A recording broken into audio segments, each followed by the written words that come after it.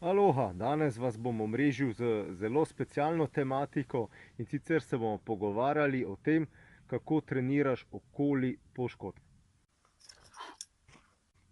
Pred mnogimi leti sem prebral en članek, mislim, da je bilo v Black Beltu, kjer je Frank Shamrock, en znani šampion mešanih borilnih veščin, legenda, govoril o tem, kako on trenira vedno okoli poškodb. Zakaj okoli poškodb? Zato, ker mešane borilne veščine, oziroma temu se tudi reče MMA, Mixed Martial Arts, no, na tem področju je vkalkulirano, da se ti na treningih pač poškoduješ. In zaradi tega, ker si ves čas nekako poškodovan in ker te ves čas nekaj boli, pač treniraš okoli teh poškodb. Frank Shamrock je razlagal, da ko se recimo nategnil kakšno kito na nogi, zdaj pač povzemam, da je pač potem treniral boks, če si je poškodoval nekaj na roki, je šel teč ali pa je vadil brce, tako da vedno se je dalo narediti nek ovinek okoli poškodbe.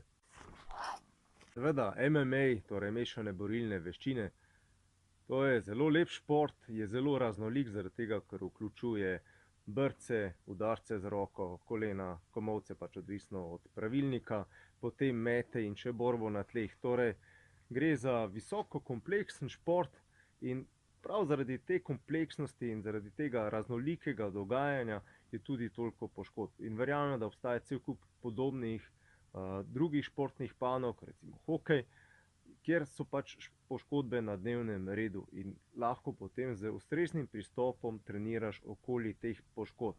Seveda, zaradi tega, torej zato tudi potrebuješ kvalificiranega trenerja, ki ti lahko potem sestavi takšen alternativni plan.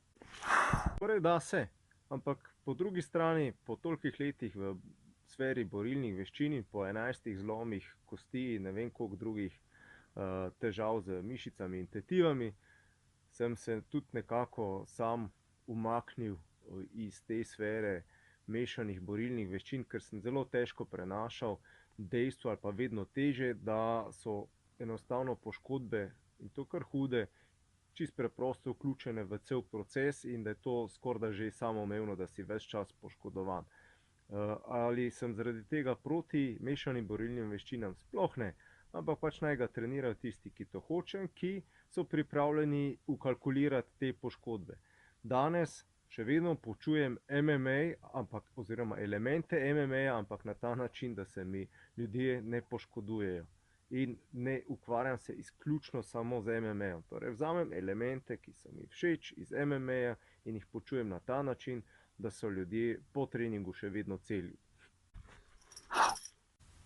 Torej, če se ukvarjate s tako športno panogo, kjer je vkalkuliranih veliko poškodb, imate v bistvu dve možnosti. Prvič, da trenirate okoli poškodb, tako kot smo se zdaj pogovarjali, ali pa da se umaknete iz te športne panoge, tako kot sem jaz. Ker po tolikih poškodbah in težavami s hrbtenicami si pač enostavno ne morem privoščiti se ukvarjati na ta način s takšnim športom. In sem si vse to enostavno prilagodil.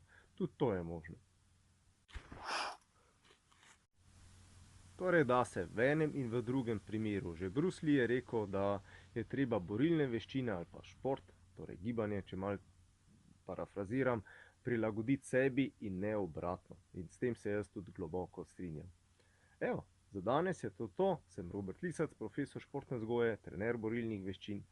Se vidimo jutri. Aha, še to, če vam je, vpišite oziroma vklopite se v našo skupino, in sicer Facebook skupino O telesu, tipkate v Facebook iskalnik O telesu in se nam pridružite. Tam grem namreč malce bolj v globino. Se vidimo, slišimo, čau!